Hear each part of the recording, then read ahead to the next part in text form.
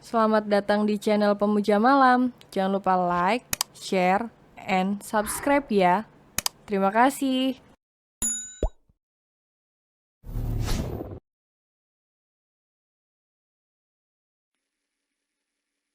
Chapter 1.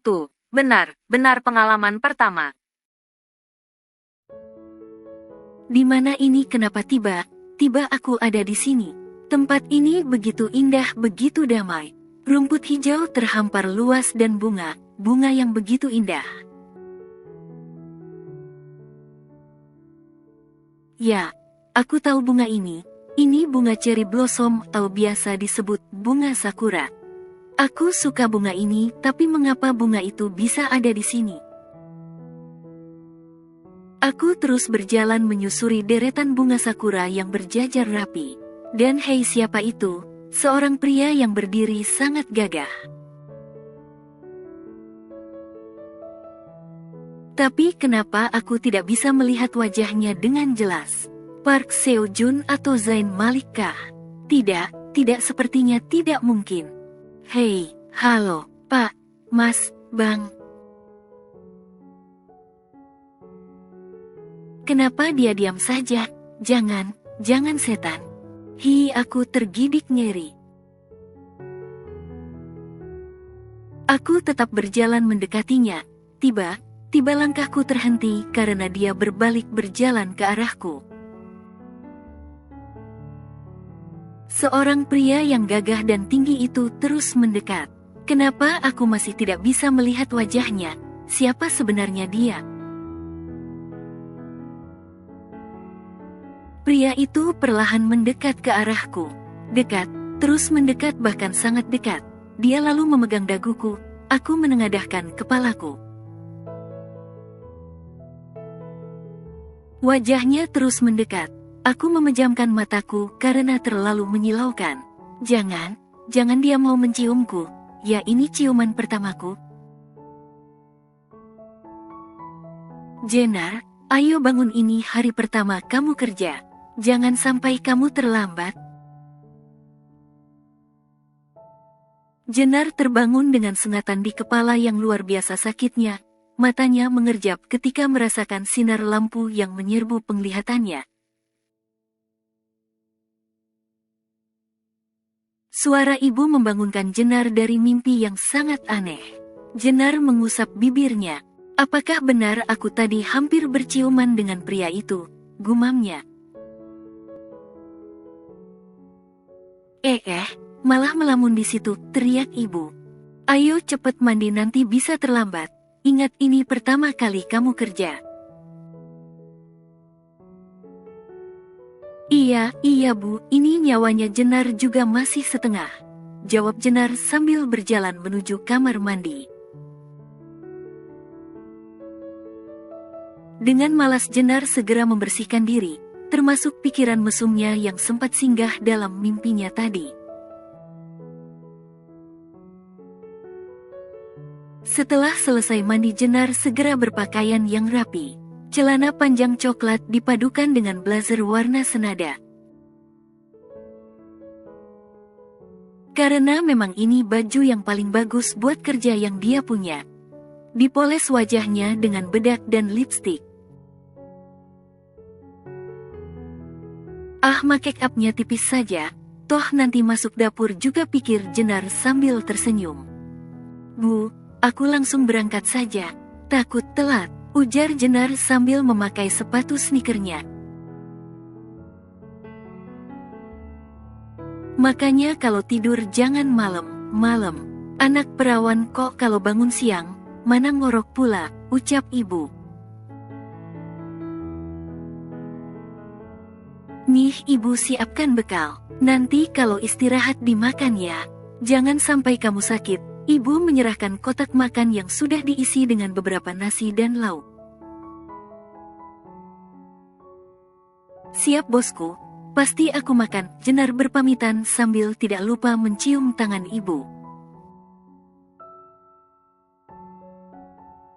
Semalam aku tidak bisa tidur karena mikirin kerjaan bu. Terus terang aku belum ada gambaran nanti di sana kerjanya apa. Ibu mengelus pucuk kepala Jenar, mengusapnya dengan penuh kasih sayang. Ya sudah sana berangkat nanti telat, ibu doakan kerjaannya lancar. Terima kasih ibuku sayang, aku berangkat dulu. Dengan semangat Jenar mengendarai selisnya menerjang kemacetan dan kepadatan kota Jakarta. Memang hanya kendaraan ini yang ia punya.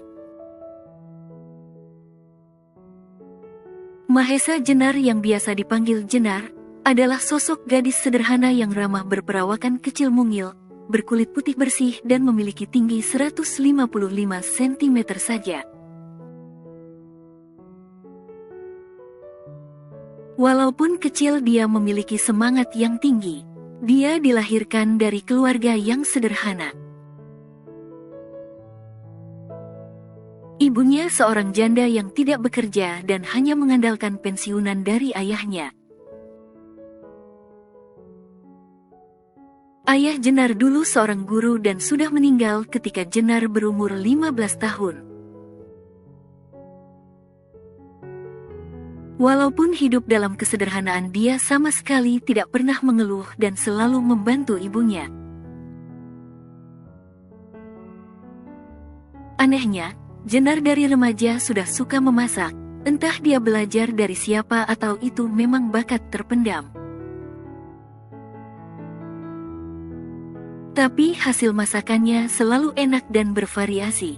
Maka dari itu dia bertekad dengan keahliannya suatu saat dia akan menjadi sukses dan membahagiakan ibunya.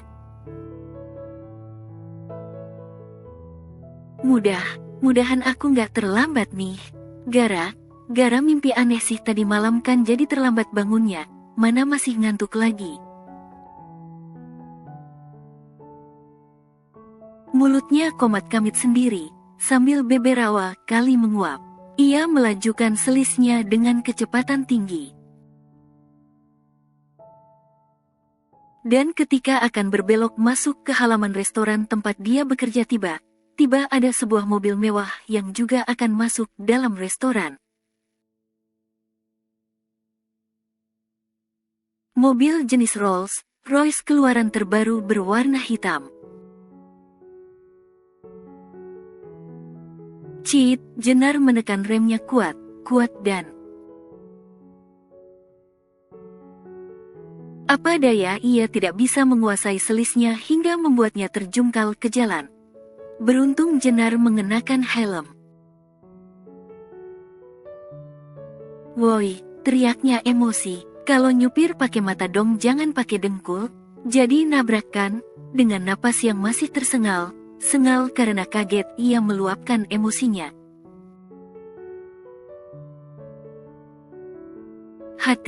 Hati jangan mempermainkan nyawa orang ya.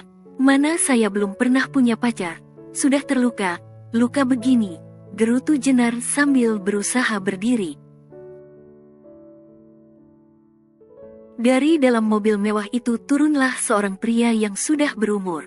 Wajahnya masih tegang dan ketakutan.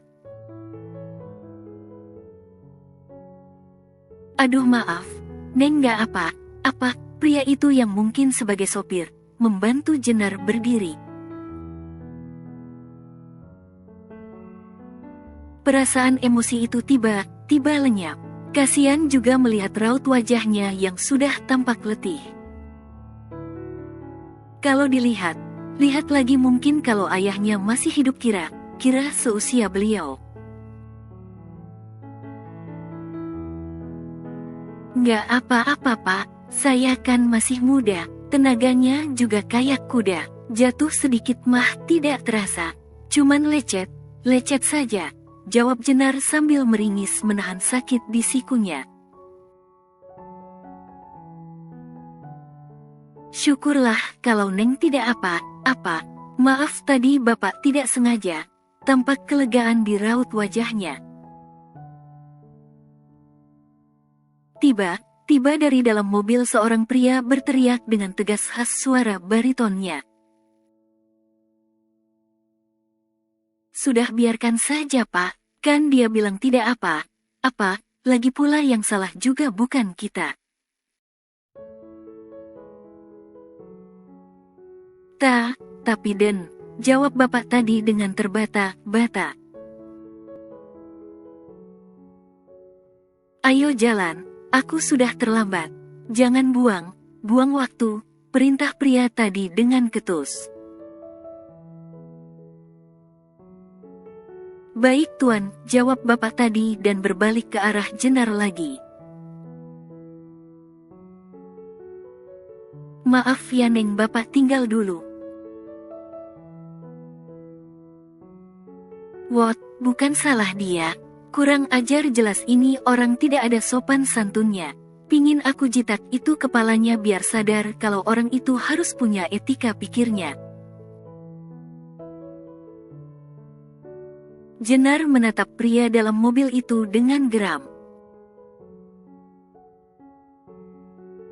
Mobil itu melaju melewati Jenar dan memasuki gerbang halaman restoran. Tampak samar seorang pria di bangku belakang dengan perawakan tubuh yang tinggi, gagah mengenakan jas navy keluar dari dalam mobil dan masuk ke dalam restoran.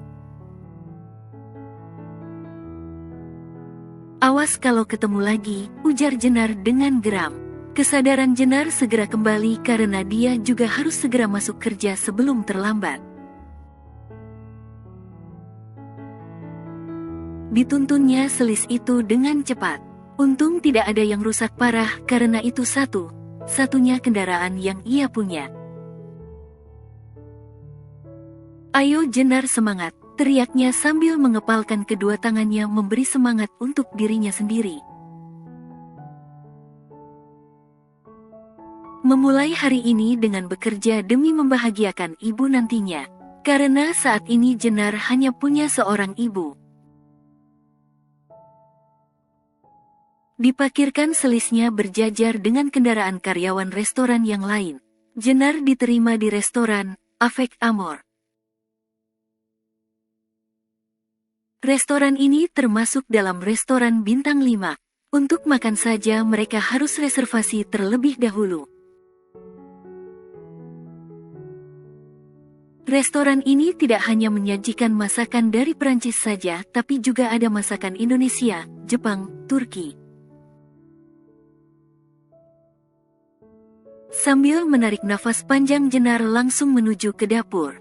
Dan wow, dapurnya sangat luas dengan peralatan yang tertata rapi. Jenar tidak menyangka nantinya akan memasak menggunakan peralatan ini. Dan memang ini benar pengalaman pertama buat Jenar. Pekerjaan yang amat sangat dia inginkan sejak dulu yaitu menjadi chef profesional. Walaupun saat ini posisinya hanya sebagai asisten saja, tapi ini merupakan awal yang bagus.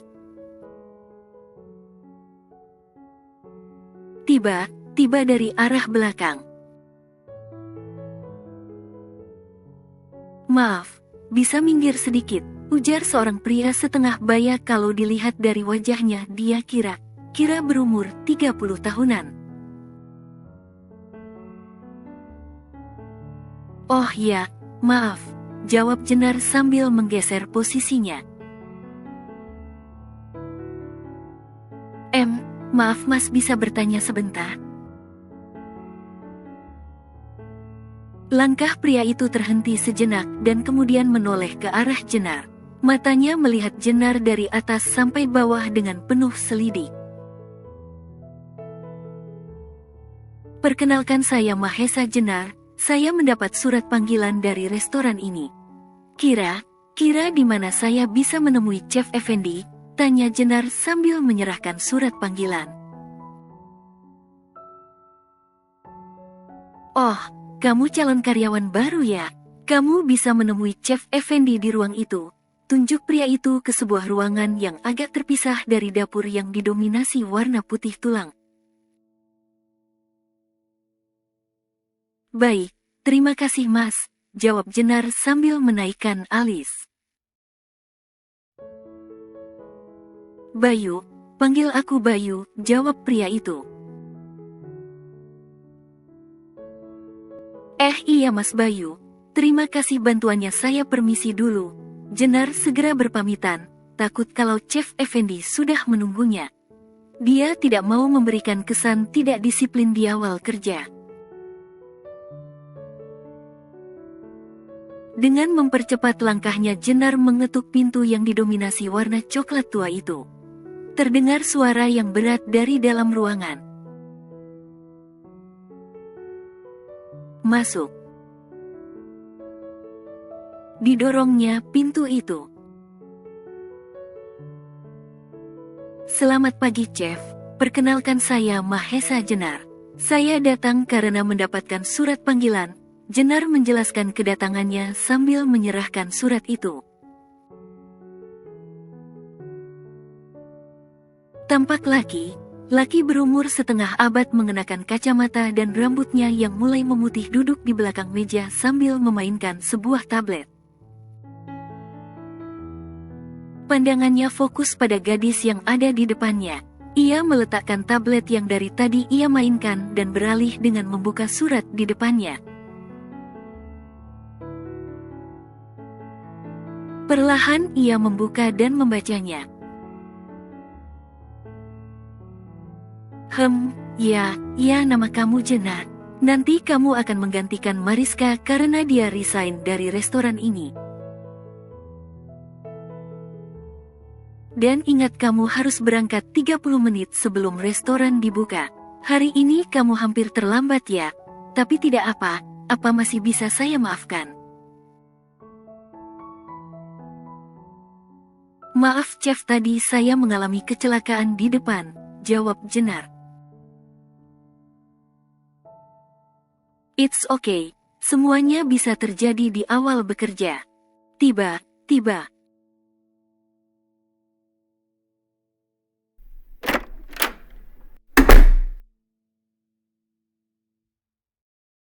Suara pintu dibuka dengan buru-buru.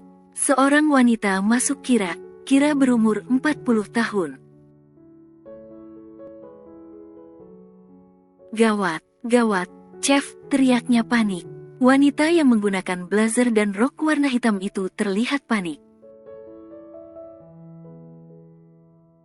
Rambutnya disanggul ke atas dengan rapi, memiliki warna kulit sawo matang.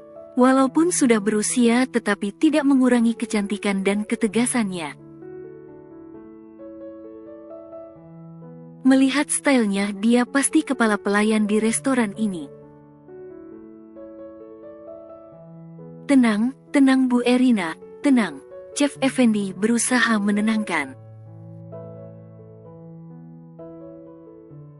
Bagaimana aku bisa tenang, Chef? Itu di luar ada Tuan Adam, sambil menunjuk arah pintu. What, Tuan Adam? Waduh, ini benar gawat. Kenapa asistennya tidak memberitahu kita kalau dia mau berkunjung? Tiba wajah Chef Effendi yang semula tenang jadi ikut panik.